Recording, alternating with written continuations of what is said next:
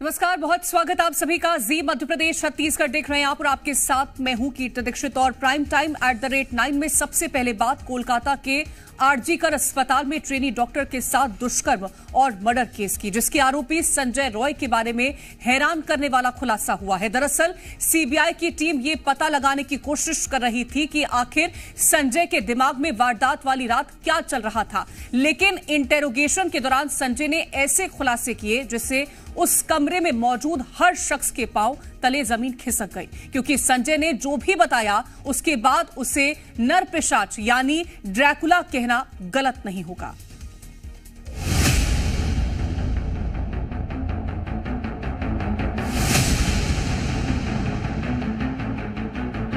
माथे पर चंदन और कंधे पर पीला गमछा लिए हुए इस शख्स को देखकर कौन कहेगा कि इसके अंदर एक नरपिशाच छिपा है। मोटरसाइकिल पर पोज मारकर फोटो खिंचाते संजय राय की इस तस्वीर को देखकर कौन कह सकता है कि इसके सिर पर जब सनक सवार होती है तो ये शैतान बन जाता है। अस्पताल में सिविल डिफेंस के तौर पर तैनात संजय राय के बारे में कौन जानता था कि यह शख्स इंसान की शक्ल में एक ड्रैकुला हो सकता है।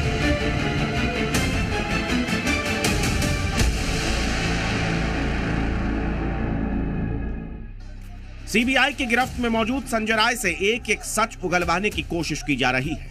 इसी सिलसिले में संजय की साइकोलॉजिकल ऑटोप्सी करवाई गई, यानी ये जानने की कोशिश की जा रही है कि संजय की सोच क्या है और उसके दिमाग में क्या चलता है। कोलकाता रेप कांड और हत्याकांड के मुख्य आरोपी संजय राय पर यह आरोप है कि 8 और 9 अगस्त की रात उसने अस्पताल के अंदर डॉक्टर बिटिया के साथ दरिंदगी की, उसके बाद उसे बेरहमी से पीटा और फिर उसकी हत्या कर दी।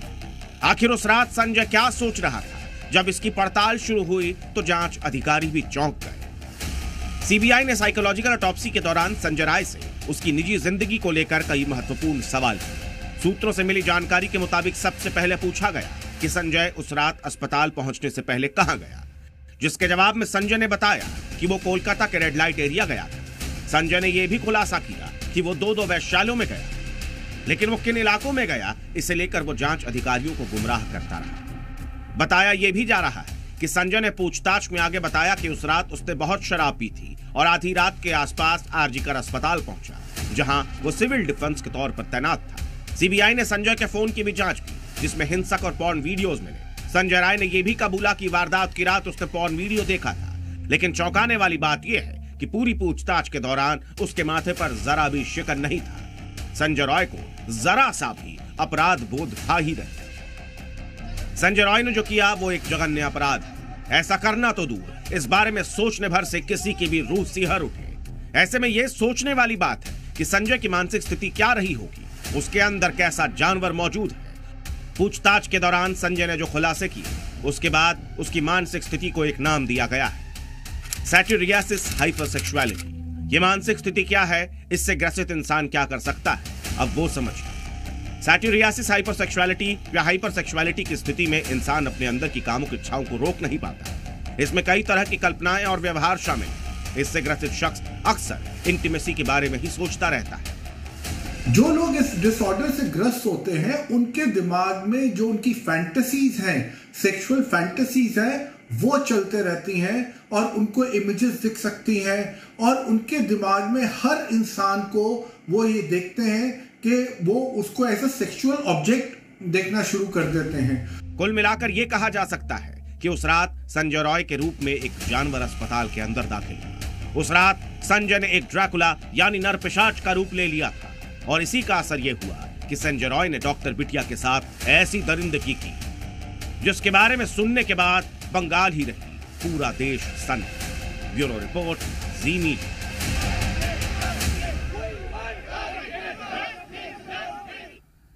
कोलकाता कांड में संजय की साइको एनालिसिस टेस्ट के अलावा आज एक और बड़ी अपडेट सुप्रीम कोर्ट से है, जहां इस केस की सुनवाई के दौरान कोर्ट ने कोलकाता पुलिस को फटकार लगाते हुए तल्ख टिप्पणी करी। और आपको बताते हैं विस्तार से आखिरकार क्यों कोर्ट ने कोलकाता पुलिस को कटघरे में खड़ा किया।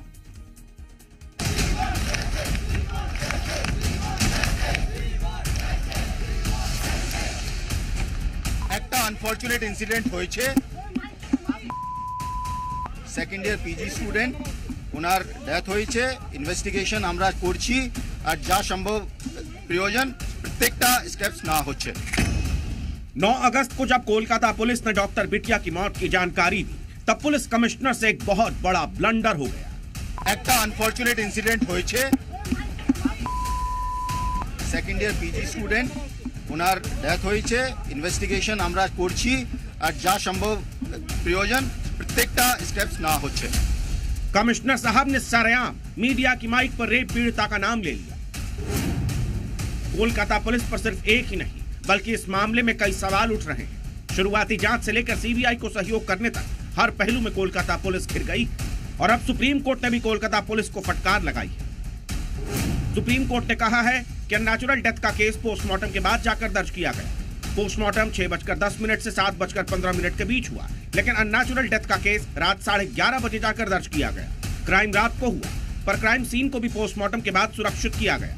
पुलिस सुबह 10:10 पर मौके पर पहुंची। हॉस्पिटल अथॉरिटी ने इससे पहले पुलिस को सूचित करने की जहमत नहीं उठाई। जस्टिस पादरीवाला ने कहा कि जिस तरीके से बंगाल पुलिस ने इस केस को हैंडल किया उसमें उन्होंने तय कानूनी प्रक्रिया का पालन तक नहीं किया। मेन जो मुद्दा डिस्कस किया गया है वो है स्टेटस रिपोर्ट और इन्वेस्टिगेशन रिपोर्ट, टाइमिंग, कब आपका एफआईआर फाइल हुई, पोस्टमार्टम रिपोर्ट एक्सेट्रा एक्सेट्रा। तो उसके लिए फिर से मैटर 5 को लगा है। कोलकाता रेप और मर्डर कांड को लेकर सुप्रीम कोर्ट ने दूसरी सुनवाई के दौरान सीबीआई से भी उनका पक्ष रखने को कहा। जब चीफ जस्टिस ने मेडिकल एग्जामिनेशन रिपोर्ट मांगी तब सीबीआई ने कहा कि हादसे के 5 दिन बाद हमें जांच मिली। इस दौरान घटनास्थल को नुकसान पहुंचाया गया, सबूत मिटाए गए, पीड़िता की मृत्यु के बाद एफआईआर दर्ज हुई, डॉक्टरों ने दबाव बनाया, तब जाकर क्राइम सीन की वीडियोग्राफी हुई। सुप्रीम कोर्ट में कोलकाता पुलिस को जो फटकार लगी वो लगी और अब पॉलिटिकल पार्टियां भी कोलकाता पुलिस को घेर रही हैं। पिछली हियरिंग में जिस प्रकार से सुप्रीम कोर्ट ने पश्चिम बंगाल की सरकार और पश्चिम बंगाल की पुलिस को फटकार लगाई थी, तो उसी वक्त ममता बनर्जी को इस्तीफा दे देना चाहिए था। उन्होंने बताया कि किस प्रकार से संस्थागत, व्यापक और व्यवस्थागत तरीके से इंस्टीट्यूशनल और सिस्टमैटिक कवर अप किया जा रहा है। कोलकाता पुलिस कमिश्नर को अरेस्ट करके उसको हिफाजत लेके ये सिचुएशन को देखना चाहिए, नहीं तो काम हमको लग रहा है नहीं जैसे वेस्ट बंगाल पुलिस इसको निभाने का कोशिश कर रहा है, इसका प्रूफ का निभाने का कोशिश कर रहा है, तो उसको आगे बढ़ेगा क्या नहीं बढ़ेगा, हम लोग डर में हैं। बीजेपी नेता कौस्तभ बागची ने तो कोलकाता पुलिस कमिश्नर विनीत गोयल के खिलाफ सीबीआई को शिकायत दी। कुल मिलाकर इस मामले में पुलिस और प्रशासन पर लीपापोती के आरोप लग रहे हैं, लेकिन इस बीच कोलकाता के आरजी कर अस्पताल की सुरक्षा बढ़ा दी गई है। हॉस्पिटल का अंदर का सिक्योरिटी सीआईएसएफ संभालेगा, दूसरी तरफ कोलकाता पुलिस वो हॉस्पिटल के बाहर रहेगा। सुप्रीम कोर्ट का ये निर्देश के बाद ही सीआईएसएफ जो है वो बैठक किया हॉस्पिटल अथॉरिटी और कोलकाता पुलिस के साथ, उसके बाद ही ये फोर्स डिप्लॉयमेंट असेसमेंट किया गया सीआईएसएफ के तरफ से।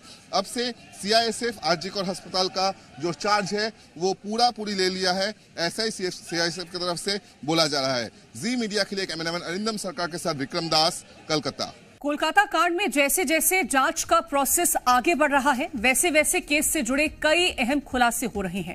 एक तरफ सीबीआई संजय रॉय से सच उगलवाने की कोशिश में है, तो वहीं मेडिकल कॉलेज के पूर्व प्रिंसिपल संदीप घोष भी सीबीआई के रडार पर है। लेकिन अब आरजी कॉलेज मेडिकल कॉलेज के प्रिंसिपल पर उसके ही एक पुराने सहकर्मी ने बेहद गंभीर और संगीन इल्जाम लगाए। संदीप घोष पर जो इल्जाम लगाए हैं उसके बाद एक सवाल और उठ रहा है कि क्या कोलकाता कांड के पीछे एक डॉक्टर गैंग का हाथ है।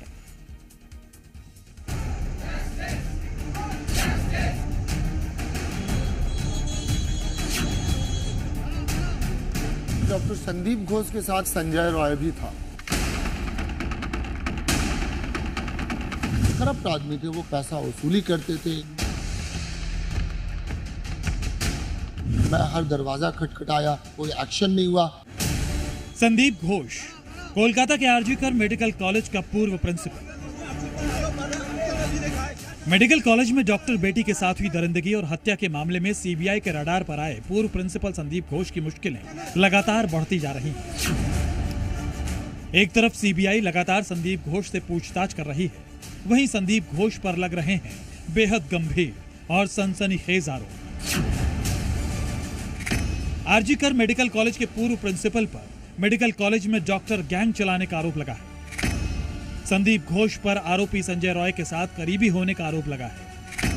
संदीप घोष पर मेडिकल कॉलेज के छात्रों को परेशान करने का आरोप लगा है। छात्रों से मोटी रकम लेकर उन्हें पास करने का आरोप लगाया गया है। और सबसे बड़ा आरोप मेडिकल कॉलेज में डेड बॉडीज के गैर कानूनी धंधे का है। और आपको यह जानकर हैरानी होगी कि कोलकाता आरजीकर मेडिकल कॉलेज के पूर्व प्रिंसिपल पर यह आरोप इसी अस्पताल के पूर्व deputy medical superintendent Akhtar Ali ने लगाए हैं।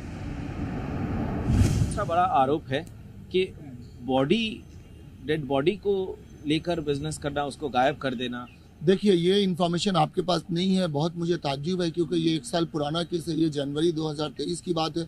उनके खिलाफ जो है ह्यूमन राइट कमीशन में कंप्लेन हुआ था और इसको लेके हाई कोर्ट में एक PIL भी फाइल किया गया था। इसको लेके फॉरेंसिक मेडिसिन के HOD ने खुद उनके अगेंस्ट में डिपार्टमेंट ऑफ हेल्थ में कंप्लेन किया था, लेकिन नतीजा क्या हुआ, रातों रात उनका ट्रांसफर हुआ। मगर इस डॉक्टर संदीप घोष का कुछ नहीं हुआ। डॉक्टर बेटिया के साथ हुई दरिंदगी के पीछे छिपे सच को जानने के लिए संदीप घोष से CBI के सवाल जवाब जारी है। गुरुवार को लगातार 7वें दिन संदीप घोष CBI दफ्तर पहुंचे। दफ्तर के अंदर संदीप घोष ने क्या बताया, क्या छिपाया, ये तो पूरी जांच रिपोर्ट के बाद पता चलेगा। लेकिन अस्पताल के बाहर संदीप घोष पर जो आरोप लग रहे हैं वो किसी बड़ी साजिश की तरफ इशारा कर रहे हैं। आरजीकर अस्पताल के पूर्व सुपरिटेंडेंट अख्तर अली ने इस केस के मुख्य आरोपी संजय रॉय के साथ संदीप घोष के संबंधों के जो तार जोड़े हैं वो भी बेहद गंभीर है। मैं जब वहाँ पे पोस्टेड था तो मैंने डॉक्टर संदीप घोष के साथ इसको देखा था, क्योंकि वो बाउंसर रखे हुए थे, 4 बाउंसर, उसमें से ये एक संजय रॉय भी था। सेमिनार रूम जहाँ पे है वो बहुत सिक्योर है और आइसोलेट भी है, क्योंकि वो डिपार्टमेंट ऑफ चेस्ट मेडिसिन है, वहाँ फैकल्टी HOD ये लोग बैठते हैं, तो वहाँ पे हर किसी का रसूख होता नहीं है। कोलकाता रेप और मर्डर केस में शुरुआत से ही 1 से अधिक आरोपियों के शामिल होने की आशंका जताई जा रही है। इन आशंकाओं के बीच कॉलेज में एक डॉक्टर गैंग के होने के आरोपों ने मामले को और संगीन बना दिया है और पूर्व प्रिंसिपल संदीप घोष पर इस गैंग को चलाने का आरोप लगा है। इन्होंने 2 साल में इस कॉलेज को बदनाम कर दिया। क्या ऐसा करप्शन दुर्नीति नहीं है जो नहीं किया? ये आते ही छात्रों के साथ में दुर्व्यवहार किए, उनके पीछे लगते थे, उनको फेल करवाते थे, उनसे पैसा वसूली करते थे। इनके कुछ छात्र थे, पेट छात्र 10-15, जो ये काम करते थे। संदीप घोष सिर्फ एक सरकारी मेडिकल कॉलेज का प्रिंसिपल ही नहीं था, बल्कि उसका राजनीतिक रसूख भी बहुत मजबूत था। ममता बनर्जी के इस डॉक्टर पर हर आरोप से बचने के लिए ट्रांसफर करवाने और ट्रांसफर रोकने के भी आरोप लगाए गए हैं। अख्तर अली के मुताबिक उन्होंने विजिलेंस से लेकर एंटी करप्शन विभाग तक डॉक्टर संदीप घोष के गुनाह उछाले, लेकिन डॉक्टर के ऊंचे रसूख ने हर बार उसे बचा लिया। मैं विजिलेंस कमीशन में उनके खिलाफ कंप्लेन किया, एंटी करप्शन में कंप्लेन किया, उसके बाद मैंने यहाँ की सरकार से भी उनकी शिकायत किया। मैं हर दरवाजा खटखटाया, लेकिन उनका कोई एक्शन नहीं हुआ। आरोप कई हैं, राजनीति भी खूब हो रही है। 7 दिन बाद भी CBI के पास संदीप घोष के लिए सवालों की फहरिस्त कम नहीं हुई है। लेकिन इस जघन्य अपराध के अंधेरे में ऐसे कई सच हैं जिनसे पर्दा हटना बाकी है और पूरे देश को उसी सच के सामने आने का इंतजार है। ब्यूरो रिपोर्ट, जी मीडिया।